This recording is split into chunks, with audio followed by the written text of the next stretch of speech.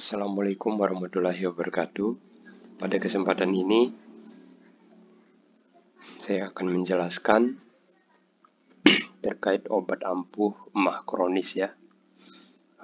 Sembuh penderita pertama. Ini pengalaman nyata teman-teman. Jadi dalam menangani emah yang kronis itu perlu penanganan yang serius.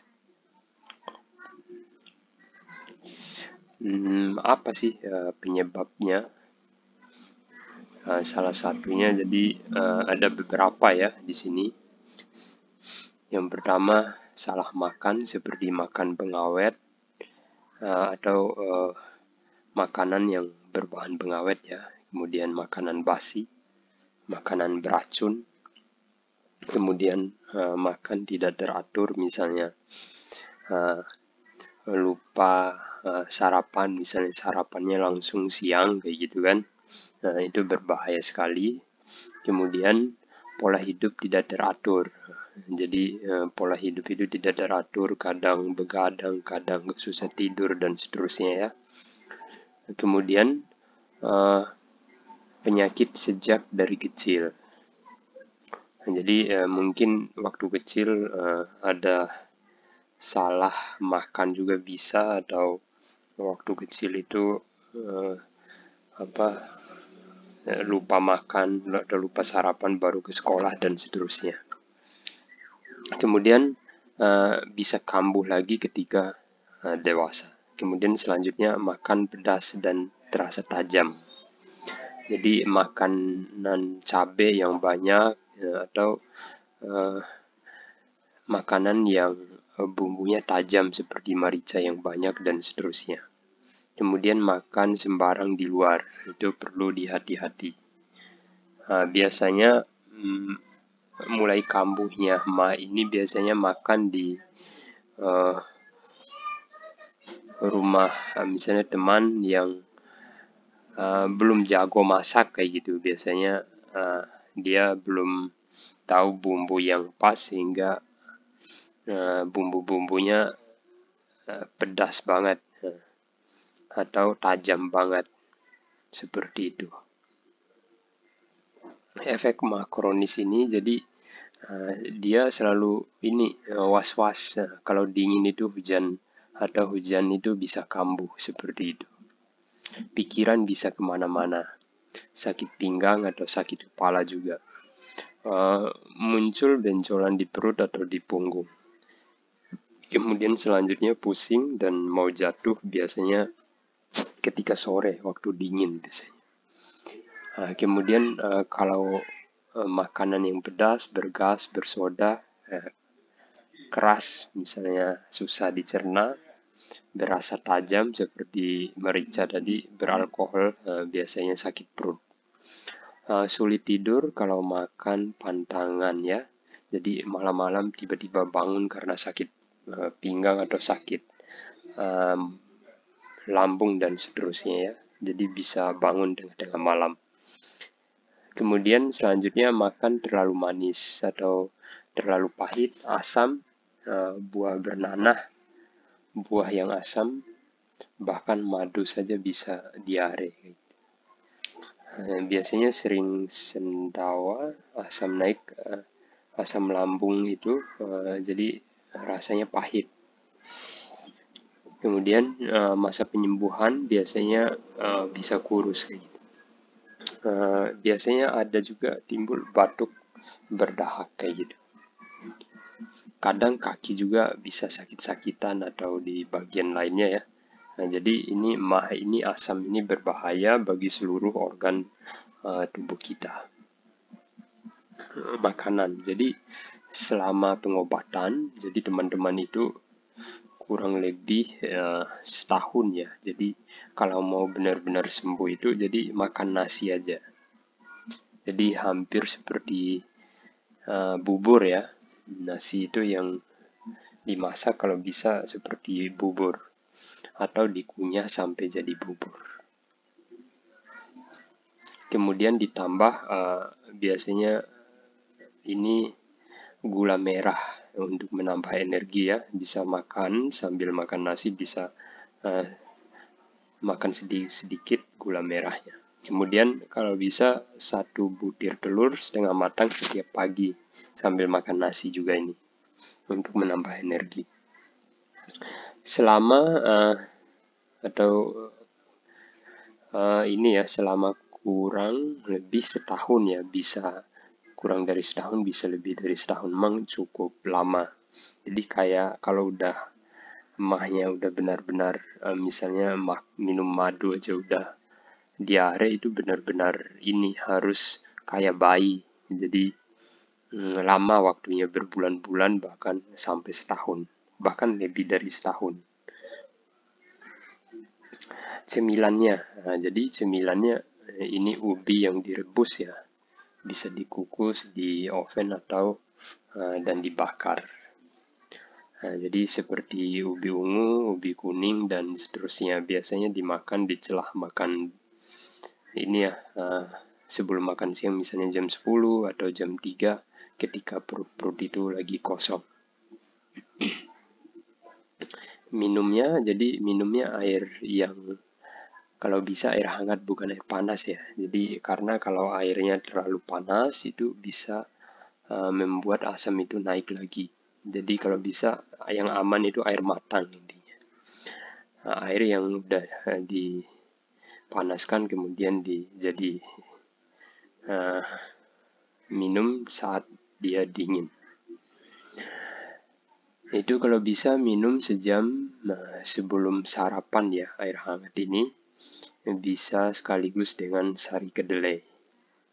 Ini pengalaman orang sebelumnya, sari kedelai itu berfungsi untuk melancarkan pencernaan. Ini selama kurang lebih setahun juga kayak gitu. Kemudian obat herbal ya, jadi sari kacang hijau 2 kali sehari, jadi di waktu 30 menit sebelum sarapan. Jadi sebelum sarapan itu minimal minum dulu, dicampur dengan air yang matang. Kemudian di waktu sejam setelah makan malam itu diminum juga. Biasanya sholat ini untuk biasanya sekaligus untuk ini ya, untuk berdoa dan seterusnya. Kita sholat duha 8 rakaat kalau bisa, kemudian sholat sunnah sore sebelum asar itu ya 14 rakaat ya. Nah, kalau nggak mampu biasanya bisa dikurangi ya. Biasanya sholat malam ya sebelum tidur misalnya 8 rakaat, atau kalau nggak mampu bisa dikurangi 4 dulu atau 6 dulu, seperti itu kan. Olahraga rutin tiap pagi dan sore. Jadi olahraga setiap pagi sambil berjemur kena matahari.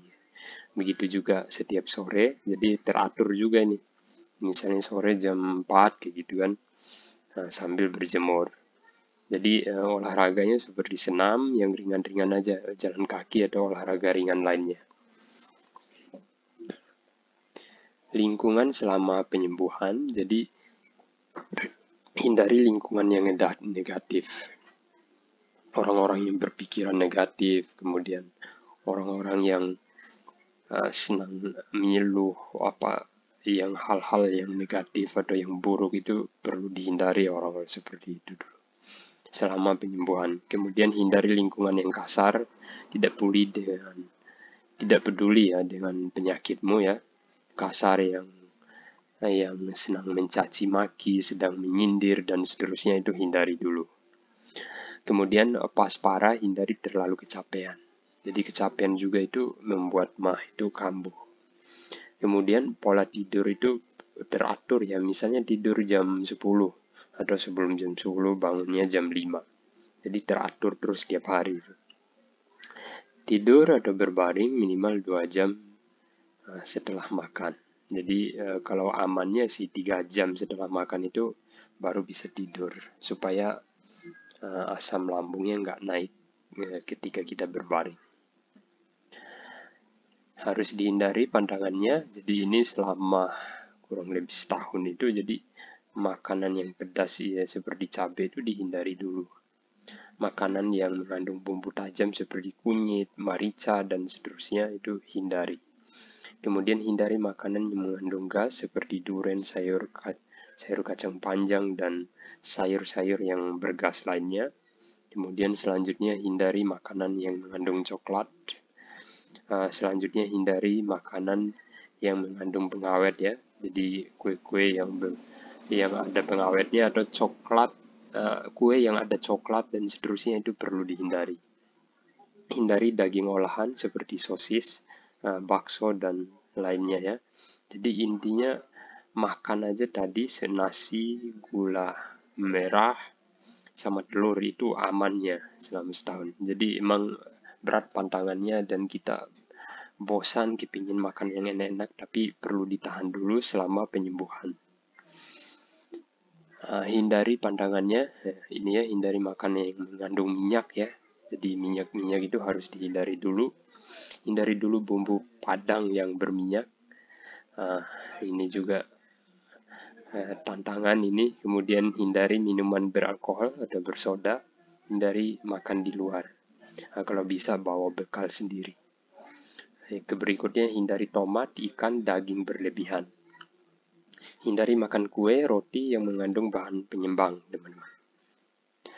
Jika kita senang kemana-mana, tahan diri dulu pada masa penyembuhan, karena banyak sekali godaan seperti ajakan makanan dan minuman pantangan, ajakan olahraga yang berat ya, kemudian begadang, dan seterusnya.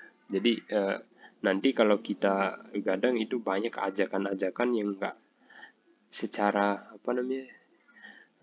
tidak disengaja kita ini bisa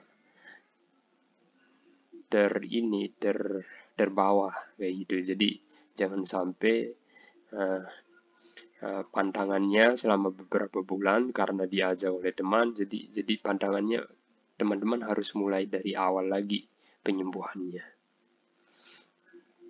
Jadi ketika misalnya udah penyembuhannya teman-teman udah 3 bulan ini, tapi diajak teman makan yang pantangannya bisa kambuh lagi, kita harus memulai lagi dari bulan itu sampai ke tahun ke depannya. Nah, emang itu luar biasa ya repotnya. Jadi ditahan dulu. Positifnya jadi di sini teman-teman bersyukur dan berpikir positif juga. Jadi dengan adanya sakit mah itu anggap aja ujian bagi teman-teman supaya ini melatih pola hidup teratur, kemudian melatih makan dan minum teratur, melatih makanan yang sehat, jiwa dan raga itu biasanya lebih kuat.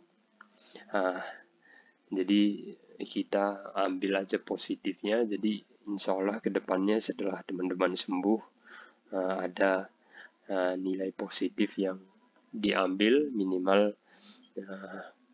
dan pola hidup teratur, makan teratur, kemudian hikmahnya ya banyak sekali. Sekian, terima kasih.